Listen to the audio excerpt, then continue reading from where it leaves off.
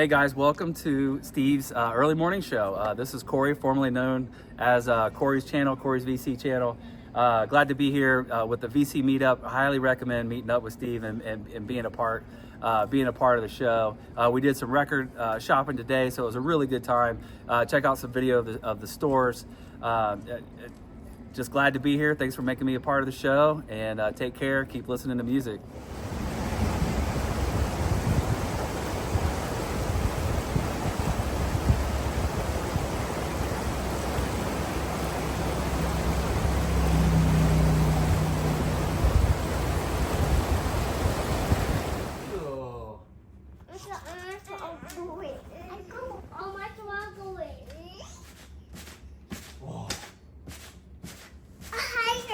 Go higher. Go higher.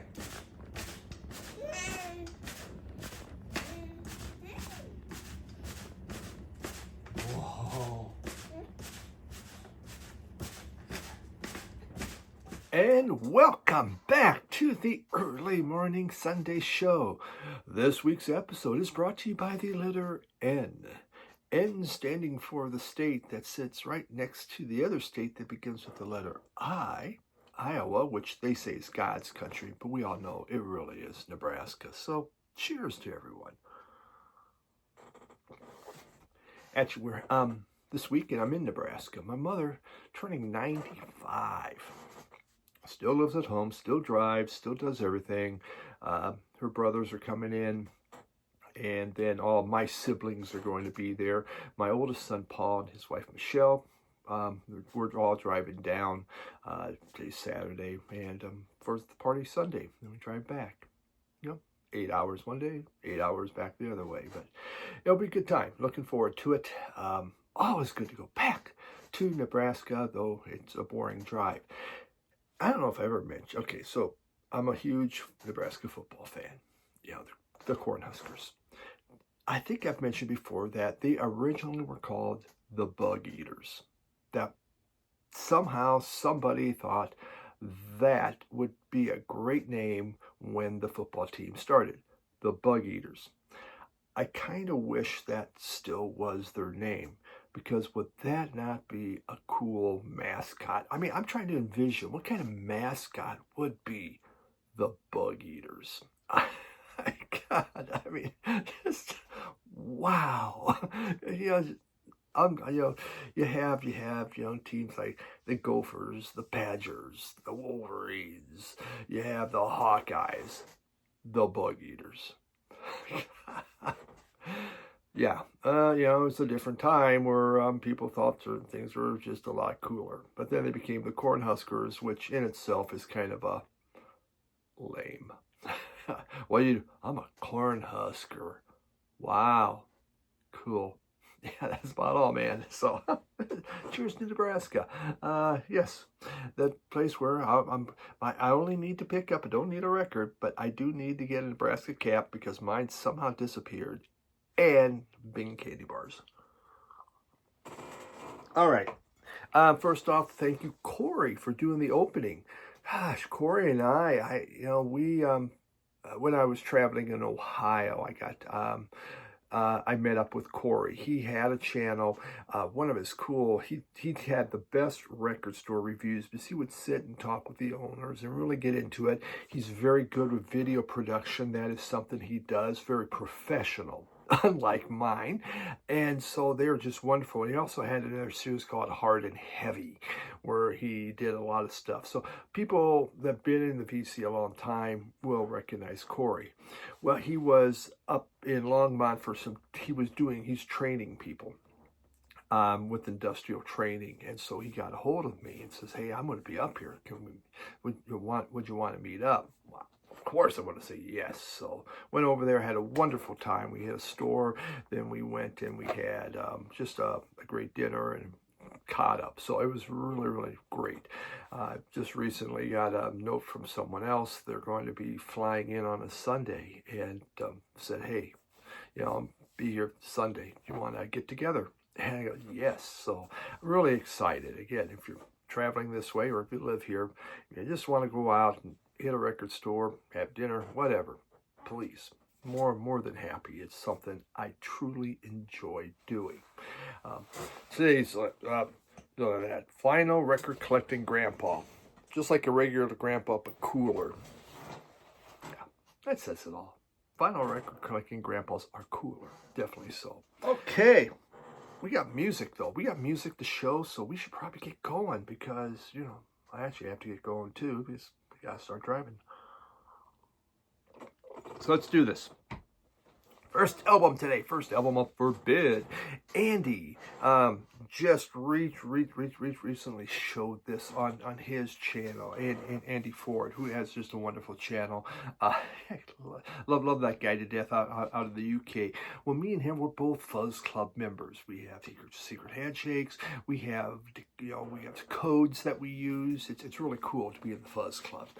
But this is the Fuzz Club record of the month. It's Mellow Maker, and it's from the group Black Dharma, right? See, Black Market Karma. Black Market Karma is the name of the group. Their last album, I believe, came out in 2020. Oh man, no, it came out last year. I have their last album. This is definitely a little different. This group, they're out of London. Formed in 2011, they have already put out 12 albums. Yeah, 2011 formed, 12 albums coming out. They don't wait 2 years to put out an album. The main man is Stanley Belton. He writes, he records it, he self-produces it. Kind of a one-man band, and then he has the band members. They go out and they perform it. The music, psych rock, very lo-fi, electronic, and it's kind of rooted, especially this one, it's rooted in 60s guitar and pop. And that's what you're going to find on here. The vinyl is inner sleeve, which is just kind of, all right, that's a little weird.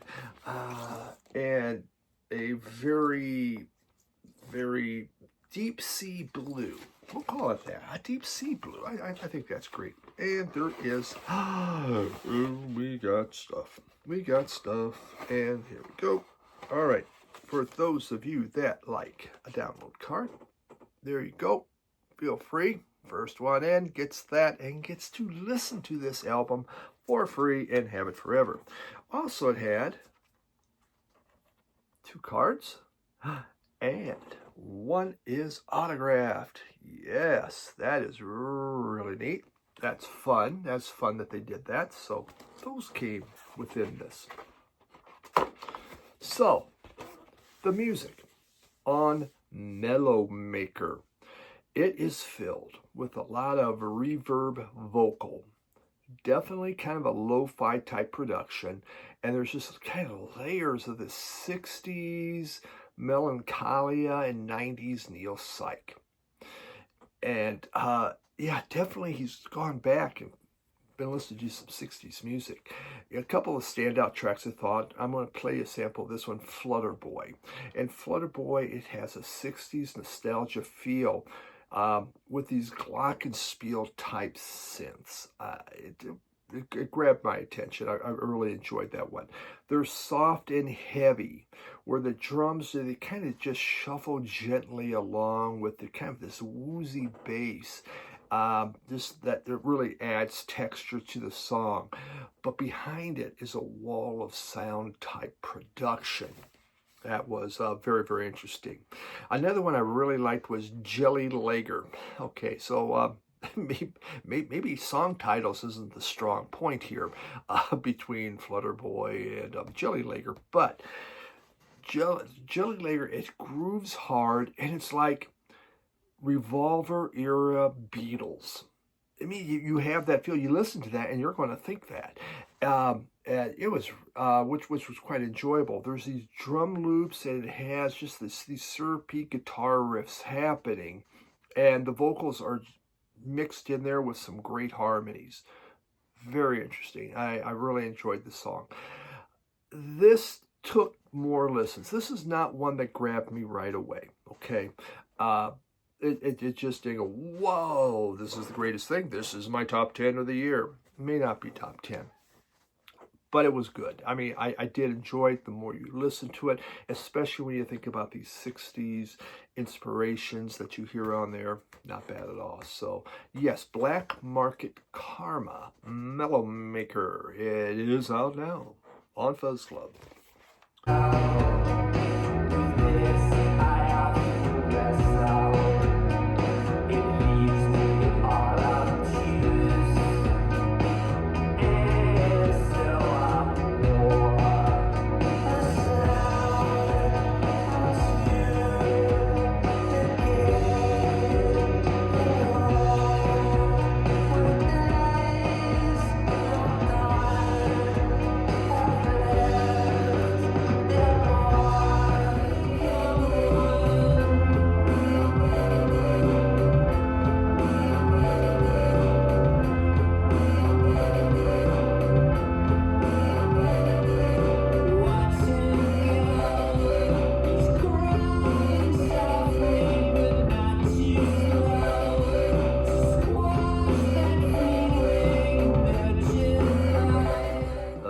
Let's get weird. Because, why not? Hey, I'm weird. Sonic Youth, their second full-length album, is Bad Moon Rising. Interesting cover, right? And a very young-looking Sonic Youth. Actually, I'm reading a book about Sonic Youth right now. Well, not right now because I'm talking to you and doing this, but, I'm reading it currently. So, Bad Moon Rising came out in 1985, second full-length album. This has 8 songs of droning feedback, clattering percussion, kind of dreamy vocals that are really mumbled with these interludes of ambient noise. It's made to kind of be played like one piece, okay? This is just all connects, but there are no sing-along hooks on this song, folks. No siree. It is dark noise rock. Probably the best way to describe it. Is there a standout track? No, because it's really kind of hard to pick that out. You get just kind of all flowing in together. And this was when they were really, really experimenting with noise rock. The album deals with, it kind of has an American Gothic feel. It's looking at the dark side of America. And yeah, you definitely feel it. This is a 2015 reissue. That's the label. And there is zero extra excitement within this. Oh, I take that back. I take it back. They gave you the lyrics, which is good because it is hard to, you don't understand very easily due to all the noise that's happening, the darkness that's going on. I mean, and it's not all just like huge, this wall of sound. A lot of times it's very, very quiet, but it is definitely, they're making noise rock. Interesting stuff.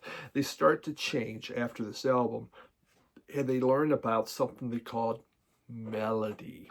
So, yeah.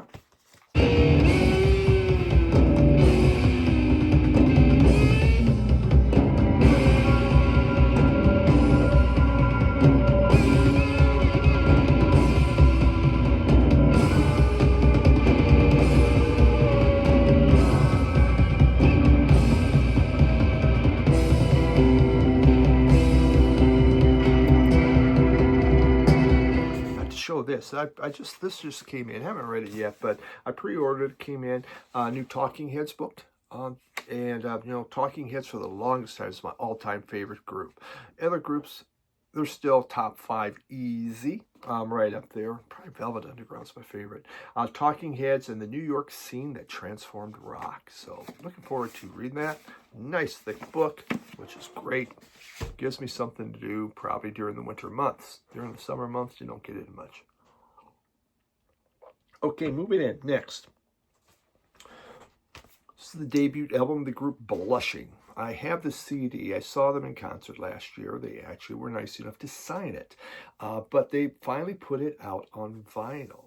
And Blushing's from Austin, two couples, formed in 2017. Dream pop shoegaze is their type of music. And this is their debut that came out in 2019. And this is filled with reverb, generous amounts of reverb. The vocals, they're fairly hushed. They're a little bit buried in there, which gives you this dream pop type feel. You know, it begins with, what's the first song is just So Many. It's really slow pace. It's kind of a soft opening, very, very dreamy. Then comes Dream Merchants. And Dream Merchants, the guitars just bust out of the gate. The wall of sound where that shoegazeness comes through and just jumps out at you with these hard firing guitars. Vocals still kind of buried in there. Again, that dreamy, hazy feel that you get out or dream pop or even in shoegaze, but they are buried behind this wall of guitars. Elliot Fraser from Ringo Death Star produced the album, and he produced the next one too. And I mean, this is a group I've really, really enjoyed. The music moves kind of from a lush pop feel to more hard, with the songs filled with drone. So you get a lot of cool drone. Again, vocals a little hard to hear, but the music I find very, very exciting. The vinyl, very pretty. Look at that. That's neat. That's fine. It's more than just one color. You get two colors. And I like blue. And we have in here, oh my goodness. Let's see. Inner sleeve. There's the group. Yep. Two guys, two gals. And we have, well, that's like an inner sleeve. They give you two inner sleeves. Nope, that's not an inner sleeve. Vocals. And here they are. And we'll just move it right through there. And ta-da. Okay, so you get more than just a record. You get stuff. Oh, wait, there's more. And yet there's more in here. Oh my God, this is like just keeps giving. Forget about that. They have a single in here. Typical Girls, Nice Boys. So, Mayata and Nice Boys, actually. It's from their group. And whatever. They did single, they dropped it in here. So, okay. I haven't listened to the single. So I can't even tell you about it. Shame on me, huh? Yeah. It kind of gets buried in there and you forget about it, but okay. Yeah, Blushing. Their self-titled album from 2019. So we got some nice new music going on there.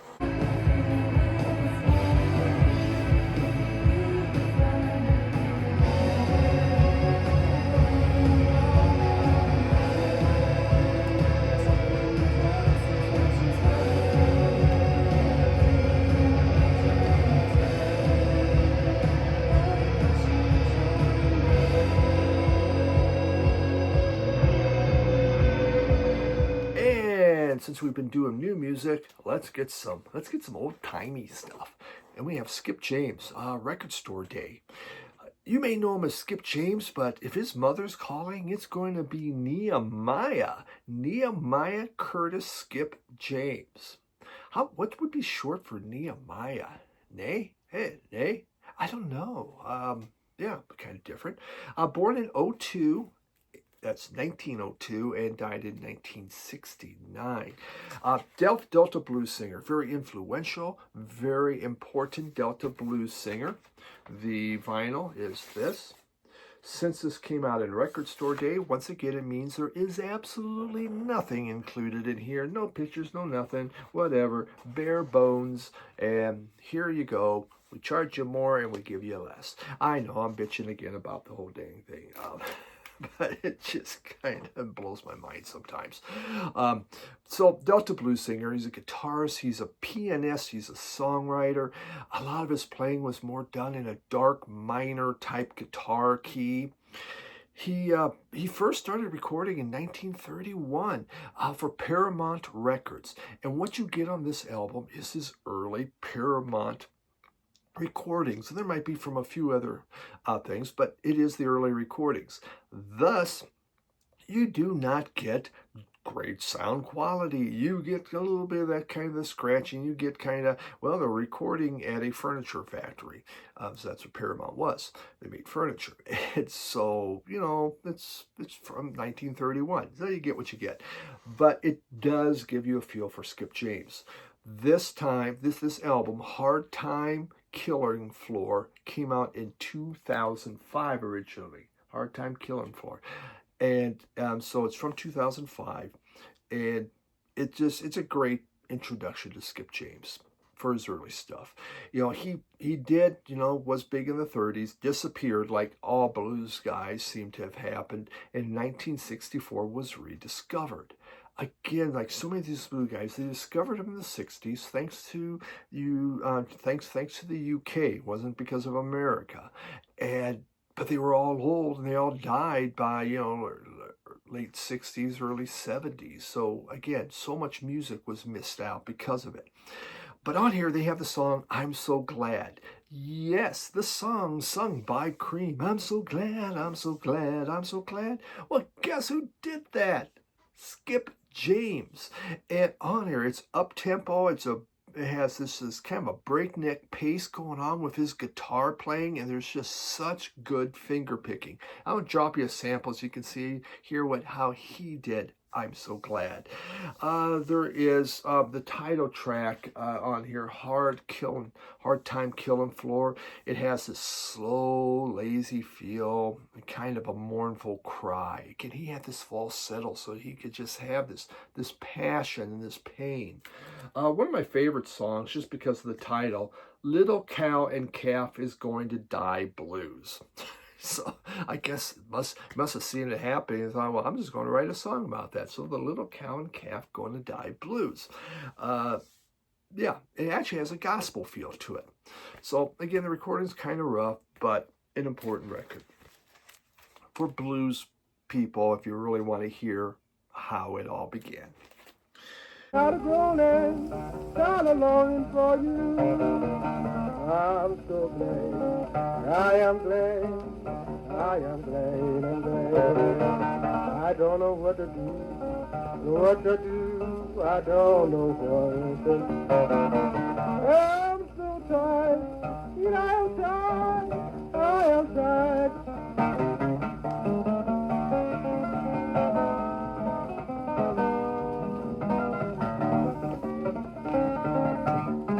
I got this next one, Barnes & Noble, for $5. One of those $5 ones that I picked up at the beginning of the year. I have not been back to Barnes & Noble since. And it's not that far away. This is from T-Bone Burnett. This is from T-Bone Burnett, and it's called The Invisible Light Spells. And there's the two other guys on here, Jay Bellerose and Kephas Ciancia. I have no idea. Okay, we have lyrics. And yeah, this, I go, oh, T-Bone Burnett, that could be very interesting. I'm glad I paid $5 for it. Because this thing's weird, man. It is dark. He's stepping into like dance and trance and electronic, and there's tribal drumming. And it's a song cycle. This whole album, it's a 2-album set. It's a song cycle. It deals with society, or the government, the society has been subject to a programming pandemic where now we as people do not know, we don't have the ability to differentiate between fact and fiction. What doesn't that sound like something that happens? We don't know anymore if the internet is fact or fiction. I don't know. It begins with reality.com. And I mean, I put this on and you swear to God, this is 33 RPM. And you pop it up to 45 because the vocals sound like they should be on 45. It just sounds too slow.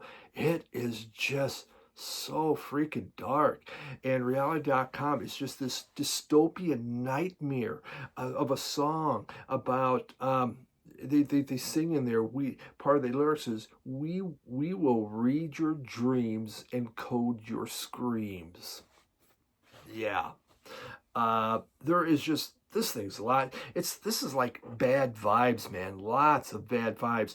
It is similar to that old man that's yelling at you, get off my grass. It's kind of like that. Just get off my grass. It's this kind of anger and darkness. And oh my God. It's not very melodic. If you want melody, you're not going to get much. You're not going to hum to anything. There's some good drumming in here. I will say there is some good drumming, but overall, this thing's depressing as hell, man. Wow. T-Boone Burnett. Trip Visualistic Music is its second volume. He's doing like a 3-thing set. His other one was more acoustic. And it is, again, The Invisible Light Spells. Oh. Write your themes, who will code your schemes, who will hear your screams, who will give you better eyes to see with. Then you'll find the perfect one to be with. We will teach you how to win so fast it will make your head spin. And if by chance you face defeat, we'll teach you better ways to cheat. Final one. We have the Divinyls. This is the Divinyls debut. Divinyls out of Sydney, formed in 80, broke up in 86. I think they got together once in a while. The biggest, Divinyls was Chrissy Amplet, and she was on vocals, and Mark McIntree, he was on guitars. And Chrissy did pass away, I believe, in the teens of this year, which was, she was very well liked and known within Australia. Here we just know her as I touch myself, I want you to hold me, I touch myself, whatever that song. But she was a lot more. This is their first album, and when she did, this is a rock album, and she was known as the female Angus Young. That was her whole say. She will say, you know what? She's dressed like a little schoolgirl, like Angus Young dresses as a little schoolboy. And of course, that got a lot of attention. Later, as they began to move away from this rock sound, they got more of a pop feel and became more dressing glamorous. But at the start, she was very much a little schoolgirl, and this album rocks. In fact, this might be the best Divinyls album. There is pop in here, but it's hard rock and pop rock. And I think that probably sums it up. There's just a lot of raw energy that's happening within this album, and the melodies are, they're memorable. It catches your ear and it brings you in.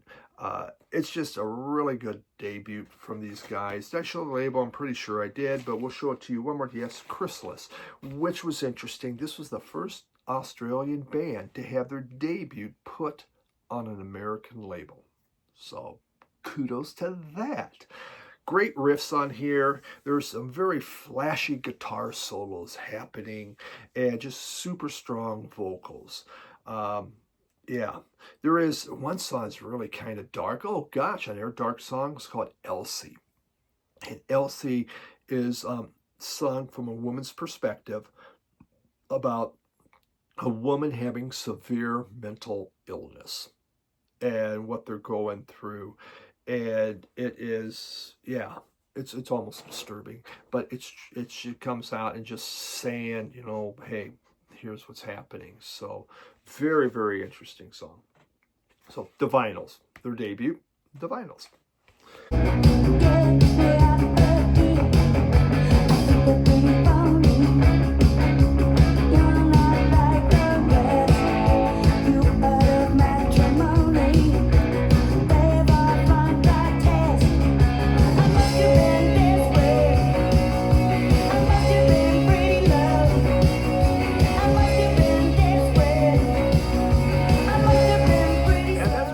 this week. Another fun-filled fact. Oh, now there's probably no facts whatsoever involved in any of this.